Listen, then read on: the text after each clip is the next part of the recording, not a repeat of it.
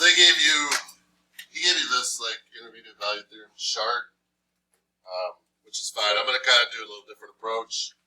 So let's use let's say Connor. How tall were you when you were 10? I don't know how to graph. Were you like shorter than everybody else? Or I was short. Yes, you were really? tall. It was hilarious. And then you got like stretched. Yeah. So I don't know, 4 feet tall, let's say. 4'6", 54 inches. So at age 10, Connor was 54 inches. At age 17, you're 17 and you're 78 inches. So, is someone's growth continuous? Or can you like skip over heights? Like, were you ever just 5'10" one day and the next day you were 6'2", but like you just like skipped all heights in between? Or is it continuous? It's continuous, right? So I don't know when did you have like a big growth spurt? Or? Yeah. So he might have been like this and then just like shot way up and then something like that. So all the intermediate value theorem says, if the function's continuous, and these two numbers are different, for any value I could choose in the middle, he must have been that height at some point between the ages of 10 and 17. That's all the intermediate value theorem is saying.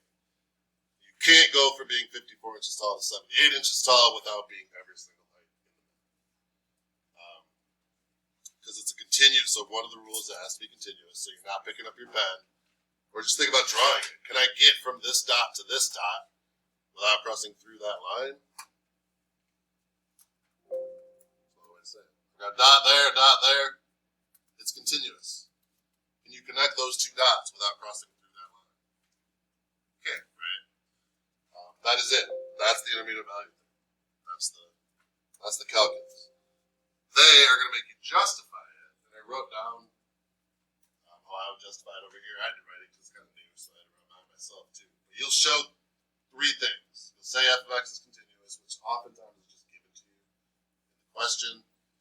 You'll find f of a and f of b. These are like Connor's heights. In the example we just did. And then you'll write out this phrase. So if you want to write that in your book, you're probably it. Like that works, but if you want to write mine in there, that's cool too. And we'll do a couple of them, I'll give you time to practice.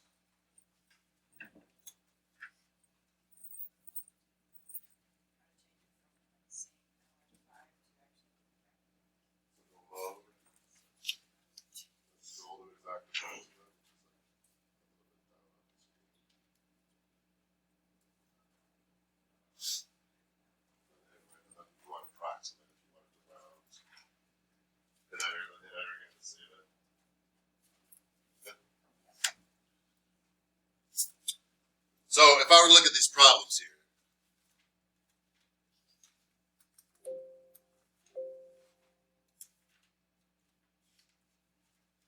so in the interval between 0 and 9, some x values between 0 and 9, what is the minimum number of zeros? So it might help to kind of make a graph. You don't need to, but it's definitely not going to hurt, except it might take a little time. But it'll help explain. Just kind of eyeballing 4, 3, 8, 7 would be here, and then 9, -1, somewhere down there. So what number 1 is saying is what's the minimum number of times it must cross the axis? A 0 just means it crosses the axis, so it hits the y equals 0 line. So I don't know anything about what the graph does in between those points. But I know that it is here, and those 5 points. It does say it's continuous. So when I'm drawing this graph, or imagining this graph, I'm not picking up my pencil and keeping everything a nice smooth line. So if I go from here to here, do I have to cross the x-axis? I have to, right? So that's 1. What about here? That's another one. That's 2. What about here? Could I cross the x-axis? yeah, this could go like up and down a billion times, but it's not guaranteed. And then what about here? Is it guaranteed? Yes. So there's a minimum of 3 zeros. There might be more. This graph could do this like a billion times, but I don't know that. I know there has to be at least 3. On the interval from 4 to 9, really wish I hadn't done that.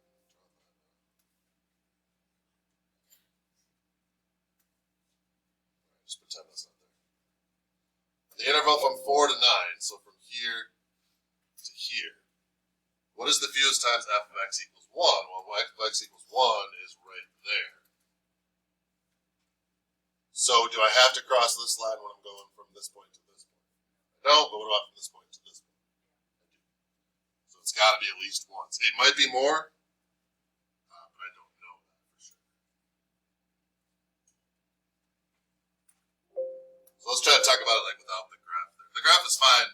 The only downside of the graph is it takes you like 30 seconds to do, which isn't too much time, but if you're like, that can slow you down a little bit.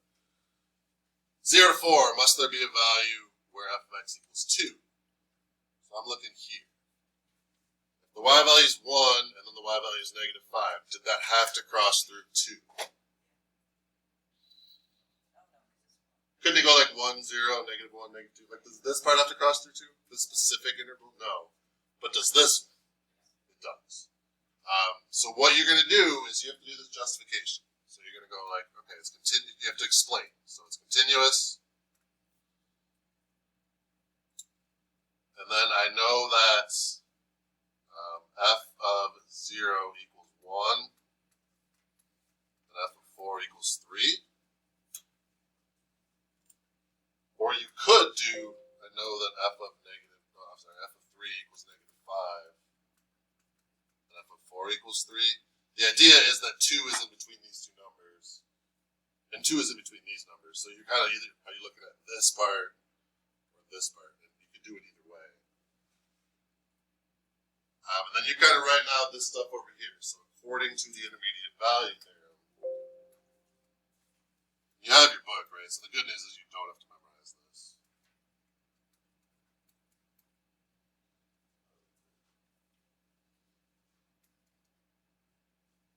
There is a value x equals c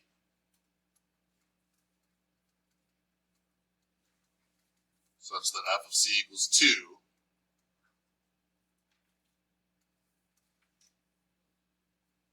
And then you got to, like if you did 3 and 4 for your x values over here, you would put 3 and 4 over here. If you did 0 and 4 for your x values here, you put 0 and 4 over there. I'm going to do 0 and 4. And so what this is saying, again, if I could like do a sketch to help explain it, you got something like this, and then y equals 2 is there. Is this 2 is between these two y values. So there must be a value in between these two x values where it crosses. That's all it's saying. So Connor was short here and he was tall then. So at some point in between, he was that height. You can't get from short to tall without being every height in the middle. And it's that phrasing that the AP test changed. And that's like why we had to reprint a whole page there. But it's multiple choice tests. I don't think I've ever seen them make you write it out. If you just have it written down and can access it, it's more like the concept.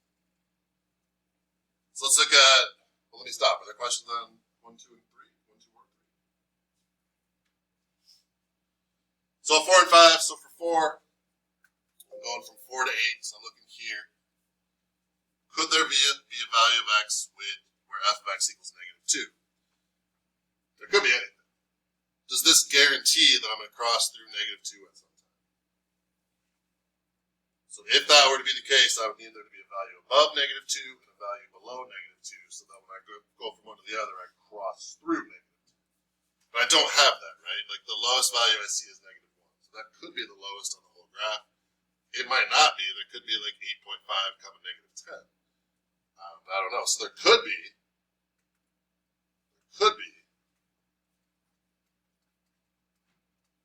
but it's not guaranteed.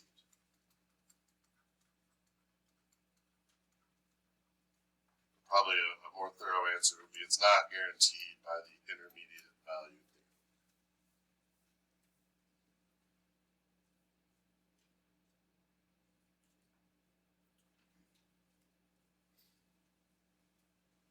All right, the number 5 is really just like 1, 2, or 3, but they're making you do a little bit of work to get to like what the endpoints are. Oh no, it's not even. This has nothing to do with this table, right? Yeah, that's right. So 5's like a 7 question. So you're making like your own table kind of at this point. So it's -1, comma, what's the y value? It's 5, comma, what's the y value? So let's plug in there and figure out first. So this will be -1 squared minus -1 plus 1. So 3. 1 plus 1 plus 1 is 3. And then 5 squared minus 5 plus 1, so 25. So 21. So now it's just like there's a big chart up at the top. You've got -1, comma 5, and 3, comma 21. They just kind of made you find that stuff first. Does that make sense what I'm doing there? Like when they give you a table, they give you y values. Since they only give us the x values, we're going to find the y values with it. You don't have to make the table. It's just kind of, I got these numbers there.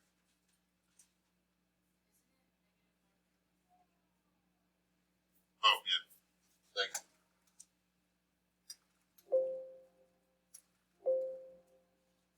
So, what the intermediate value theorem says, and maybe this is a nice way to write it out too, to help you understand it.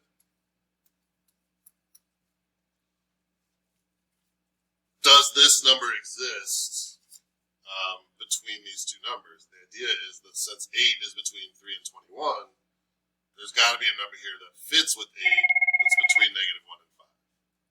So it does apply. The intermediate value theorem does apply.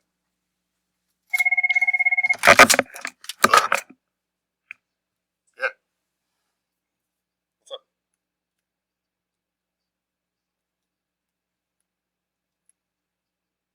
Okay. Yeah, I don't think he's going to be here. There's a situation that I can't say out loud right now. Yeah. I mean, but if he does, I'll set him down, but I wouldn't expect him to be. Okay. Yeah, sorry. But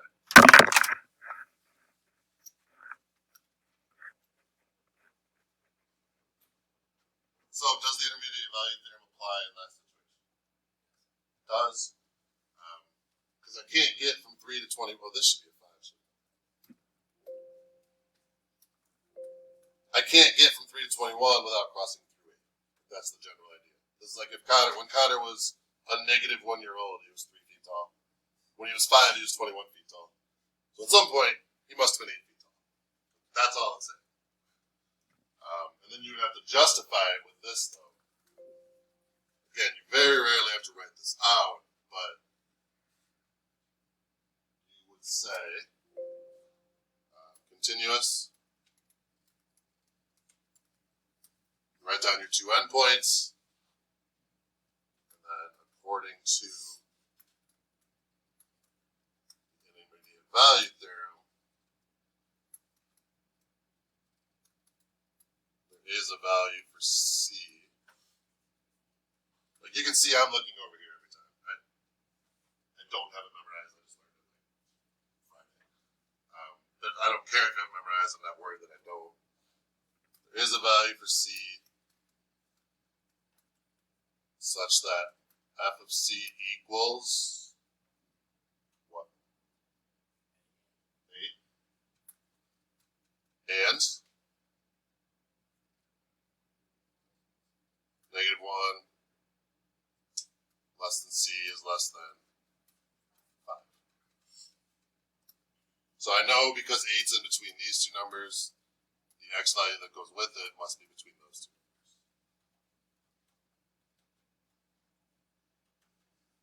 Does the idea of what it's getting cross make sense? And then that justification, you just gotta deal with like here's the hoops they want you to jump through to prove it. Question on that? Anything on that? Yeah. If I say like justify, yeah. But that's why I don't want to spend time memorizing it, but that's why I give you your book. But I don't even know if they might do the review yet. That's it. They won't have the review.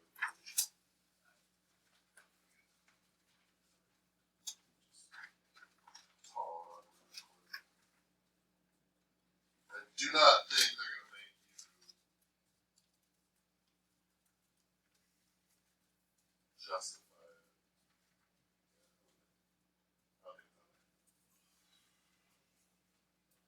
So the review is on Schoology. I gave it to you too, right? The answers are on Schoology. You gotta get 1.16 here. Tomorrow you have the entire class to do whatever you want to do. I would definitely have like a large portion of the review done.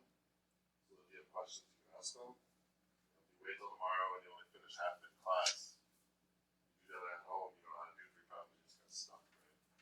So I'm trying to get the review done early enough that